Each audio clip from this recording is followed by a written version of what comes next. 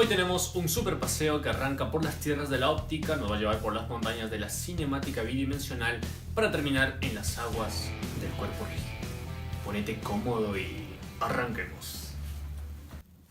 Problema 1. Dice que tenemos un prisma que está rodeado de aire y me están pidiendo calcular su índice de refracción, sabiendo que cuando se lanza un haz de luz con un ángulo alfa, se cumple que si este angulito es menor a 90, logra emerger luz por esta cara. Pero si el ángulo es mayor a 90, ya no emerge luz. Para eso recordemos un poquito de la teoría. Mira, acá tengo una interfaz de separación de un medio 1 y un medio 2, cada uno con su respectivo índice de refracción, teniendo en cuenta que el índice 2 es menor que el índice 1. En estas condiciones, cuando tú lanzas un rayo con cierto ángulo de incidencia o ángulo de entrada que se mide respecto a la normal, se cumple que su ángulo de salida en el medio 2, este angulito es más grande que el ángulo de entrada. Y si este ángulo de entrada es más grande, por ejemplo el rayo verde, su ángulo de salida es todavía más grande. Existe un ángulo de entrada, mira, el rayo rojo, que proporciona un ángulo de salida a 90 grados, ya creció mucho, hasta acá. Es decir, el rayo se va entre los dos medios. A ese ángulo se le llama ángulo límite. Y si tú sobrepasas el ángulo límite, el rayo negro, por ejemplo, solamente se va a reflejar y se va a quedar en el medio 1. Ya no pasa por aquí. Este ángulo límite es el arcoseno del índice 2 sobre el índice 1. Ahora sí, interpretemos el problema. Mira, dice que para alfa menor a 90 logro tener luz por acá, pero para alfa mayor a 90 no tengo luz por acá. ¿Y qué pasa exactamente a 90 grados? Debo entender que a 90 grados esta trayectoria va a hacer que la luz llegue aquí con su ángulo límite, porque el ángulo límite es el que separa los eventos del paso de luz y la ausencia de luz. Así que tracemos el rayo a 90 grados. Recuerda que cuando el rayo incide a 90 grados sobre una superficie no se desvía, así que sigue su dirección por acá. Pasa así como está y aquí tenemos que encontrar el ángulo límite. Completemos unos angulitos. Si esto es 90, ya sabes que esto de aquí también es 90. Ahora en este triángulo tengo 90, 60, aquí me falta 30 grados. Si esto es 30, recuerda que la normal con la superficie forma un 90 grados, así que este angulito de acá es 60 grados. Este es el ángulo límite que estamos buscando. Ahora recuerda que el ángulo límite te dije que tiene una fórmula muy sencilla. El ángulo límite se calcula como el arcoseno del índice, en este caso es del aire, a donde quiere pasar el rayo de luz, dividido con el índice del prisma. Pero recuerda que este ángulo límite ya lo calculamos, que es 60 grados. Dice 60 grados es el arcoseno, índice del aire por teoría ya sabes que es 1 sobre n. Aplico seno a cada lado. Seno de 60 es seno con arcoseno, chau, me queda 1 sobre n, nada más. Sacas tu enorme manual de senos y vas a ver que esto te queda 2 sobre raíz de 3. Problema 1. Vamos con la pregunta 2. Me dice que un bombardero, cuando está a una altura de 1400 metros, suelta una bomba. Teniendo en cuenta que su velocidad formaba 45 grados con la vertical, llega al piso después de 4 segundos. Pregunta número 1. Calcula la rapidez al soltar la bomba. Mira, para esto es conveniente trabajar en el eje X y en el eje Y de manera separada. Así que voy a descomponer esta velocidad inicial en sus dos componentes. Como esta componente vertical está al costado del ángulo, es la rapidez inicial por el coseno de 45. Costado, coseno. La otra es con el seno. Rapidez inicial por seno de 45. Ahora sí, arrancamos con el análisis del movimiento vertical. Mira, en el eje vertical es el movimiento vertical de caída libre. Una ecuación famosa. Desplazamiento es igual a velocidad inicial por tiempo más la mitad de la gravedad por tiempo al cuadrado. Voy a elegir mi referencia positivo para abajo y negativo para arriba. El desplazamiento fue hacia abajo, positivo, 1400 positivo. Colocas 1400 es igual a velocidad inicial, rapidez inicial por coseno de 45. Positivo también porque va para abajo. El tiempo en que hizo ese recorrido fueron 4 segundos por 4. Más la mitad de la gravedad, 10 positivo porque la gravedad también va para abajo. Y el 4 al cuadrado al final. una sola ecuación con una sola incógnita y vas a ver que esta rapidez inicial te queda 466,7. Ahora, puedo aprovechar esta rapidez inicial para saber cuánto valen sus dos componentes, la horizontal y la vertical. Porque la componente de la velocidad horizontal y la vertical tienen esta expresión, 466,7 para el caso de la velocidad horizontal, por seno de 45, acá. Y para el caso de la componente vertical será por el coseno de 45. Pero al final seno y coseno es lo mismo, al menos para 45 grados, así que las dos componentes te van a salir 330 metros por segundo. Luego me pregunta, calcula el alcance horizontal, entonces eso ya me sugiere trabajar en el eje X, pero recuerda que en el eje X el movimiento es del tipo mRU porque no hay ninguna aceleración. Así que la única ecuación para el eje X es desplazamiento es igual a velocidad por tiempo. Ese desplazamiento será los 330 que tienes aquí por los 4 segundos. Y eso te va a salir 1320 metros. Nada más. La siguiente pregunta me dice, calcula las componentes de la velocidad al llegar a tierra. Recuerda que esta velocidad de aquí tiene componentes hacia la derecha, que se mantiene constante, y la velocidad vertical. En el eje X, la velocidad te acabo de decir que se mantiene constante, así que al inicio y al final te va a seguir dando 330 metros por segundo. En el eje vertical, otra ecuación del MVCL, movimiento vertical de caída libre. Velocidad final es igual a inicial más gravedad por tiempo. Colocas velocidad final en el eje Y es la inicial que calculamos 330 más la gravedad positiva para abajo 10 y el tiempo que transcurrió fueron 4 segundos. Eso te va a dar 370 metros por segundo. Ahora voy a aprovechar para calcular el ángulo que forma su velocidad final con la vertical. Mira, este angulito de acá le voy a llamar θ. Recuerda que yo tengo las componentes. La horizontal es 330 y esta vertical vale 370. Así que este angulito tiene por tangente este cateto opuesto que es 330, es el mismo, 330 sobre 370, ese es su tangente. Entonces al ángulo lo libero así, arco tangente de 330 dividido con 370. Este angulito le pides ayuda a tu calculadora y vas a ver que te sale 41,72 graditos. Ok, ahora te preguntas ¿para qué necesitamos este ángulo? Es porque en la cuarta pregunta me dice calcula las componentes de la aceleración al llegar a tierra. Recuerda que en toda su trayectoria la única aceleración que tiene él es la de la gravedad, que va para abajo. Y ya sabes que vale 10. Si en la dirección de su velocidad yo trazo un eje, a ese eje se le llama eje tangencial. Y el otro eje que le hace 90 grados se le llama eje normal. Y cuando me dice las componentes me está pidiendo que calcule este vector aceleración descompuesto en estos dos ejes. Es decir, tendrá una componente hacia aquí y tendrá una componente para aquí, en el eje normal. Esta componente va a ser la aceleración tangencial y esta de aquí va a ser la aceleración normal. Pero recuerdas que este angulito de acá ya lo tenemos calculado, vertical con la dirección de la velocidad, 41,72, así que colocamos, esto ya es conocido. Ahora aquí ya eres un experto y una experta, mira, la aceleración tangencial está al costado del ángulo, así que es con el coseno, será 10 por coseno de 41,72. Mientras que la aceleración normal es con el seno del mismo ángulo. Otra vez le pides una pequeña ayuda a tu calculadora y vas a ver que eso te queda 7,46 y 6,65. Problema 2. Ok guys, number 3, the last problem.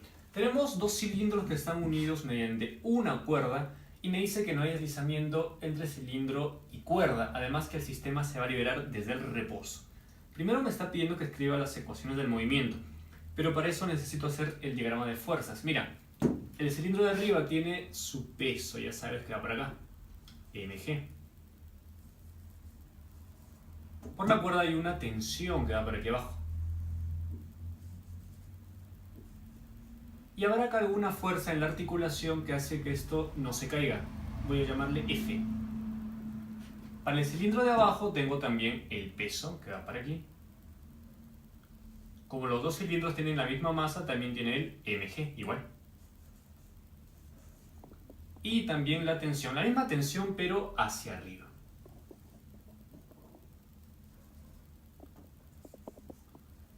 Ok, para el cilindro número 1, mira, ecuación de traslación, fuerza es igual a masa por aceleración del centro de masa.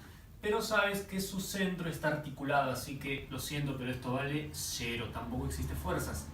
De hecho, hablando de traslación, esto se encuentra en equilibrio. Lo que sí me interesa es su ecuación de rotación. Torque igual a momento de inercia por aceleración angular. Mira, esta tensión le quiere hacer girar de manera horaria. Y su torque es fuerza por distancia, que es el radio, T por R. Colocas T por R es igual a momento de inercia por aceleración angular. Esa aceleración angular la voy a colocar aquí. Va a girar en sentido horario. A esto de aquí le voy a llamar la ecuación 1. Vamos con el cilindro número 2. Acá, traslación. Tiene una fuerza hacia abajo que es mg y una fuerza en contra que es T. Así que al aplicar la ecuación de fuerza resultante, consideraré mg menos T. Y eso es igual a masa por aceleración del centro de masa. Su aceleración del centro de masa viene aquí, hacia abajo. Ahora vamos con su ecuación de rotación.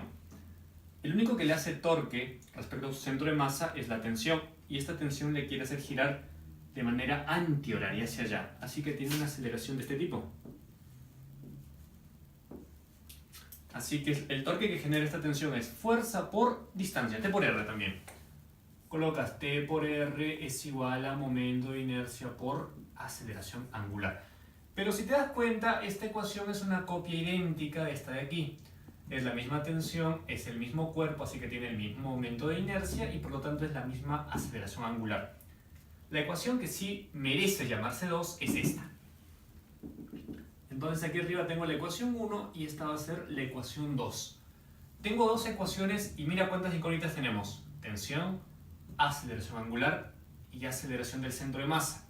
Necesito una ecuación más todavía para que me salga. Ahora me pide calcular la tensión y la aceleración del centro de masa de este cilindro. Para eso vamos a liberar una tercera ecuación, la ecuación extra del punto Q.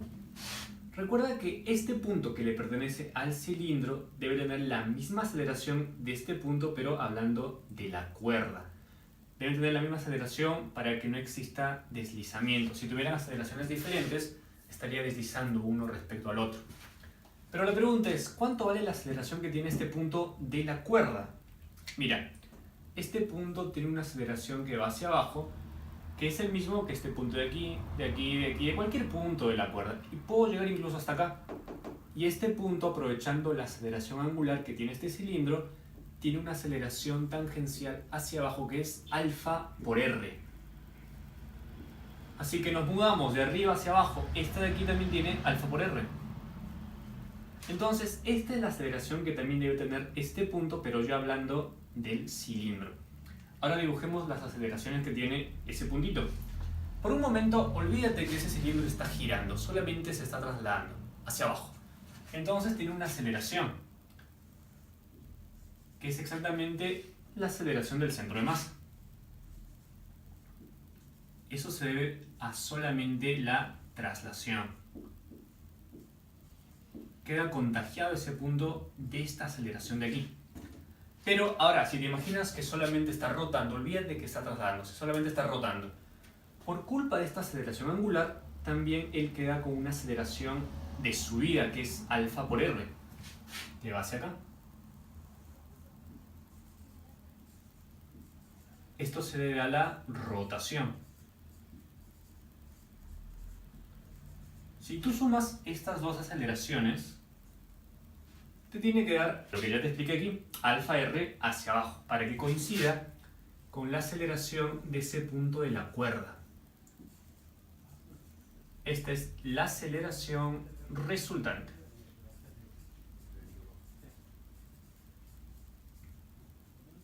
Ahora, tú ya eres un experto, una experta sumando vectores. Esto es aceleración del centro de masa menos, porque va en contra, alfa r, te debe dar alfa r.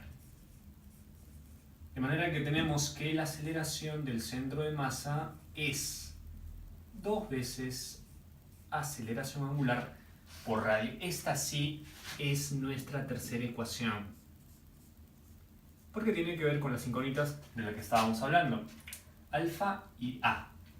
Entonces, para obtener la tensión, esta aceleración lineal y esta angular las puedo escribir en términos de t, aprovechando estas dos ecuaciones de aquí.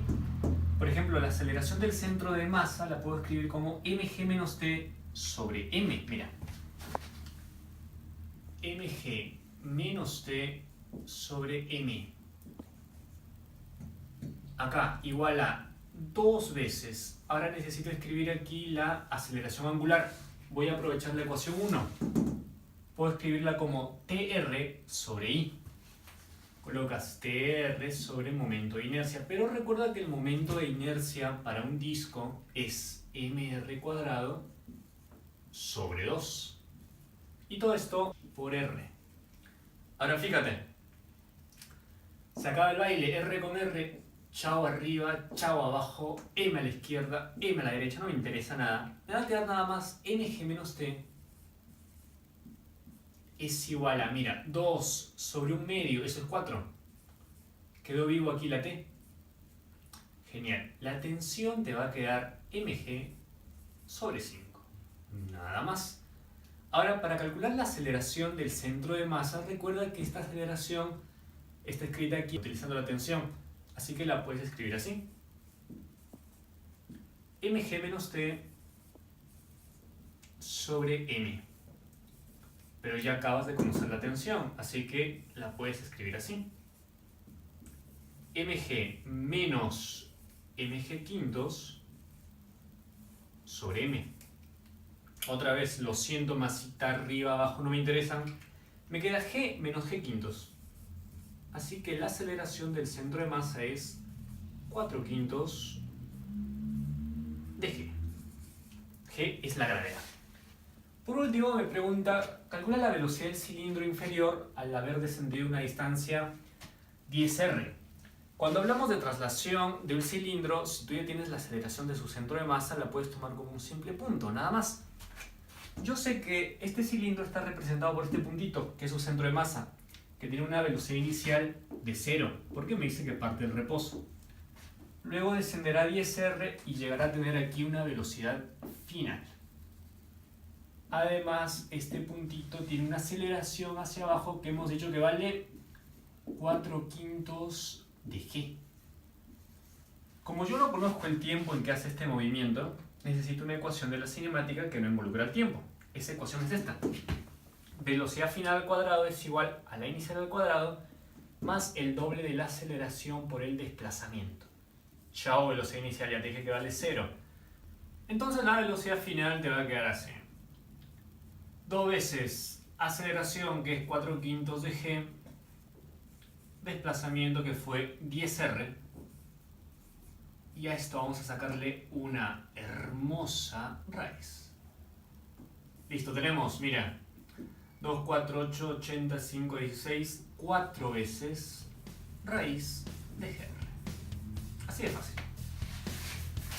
Si te ha servido el video, no olvides suscribirte al canal, activa la campanita para que no te pierdas ninguno de los solucionarios, compártelo con todos tus amigos y amigas, déjame el autógrafo de tu pulgar y te veo en el próximo video.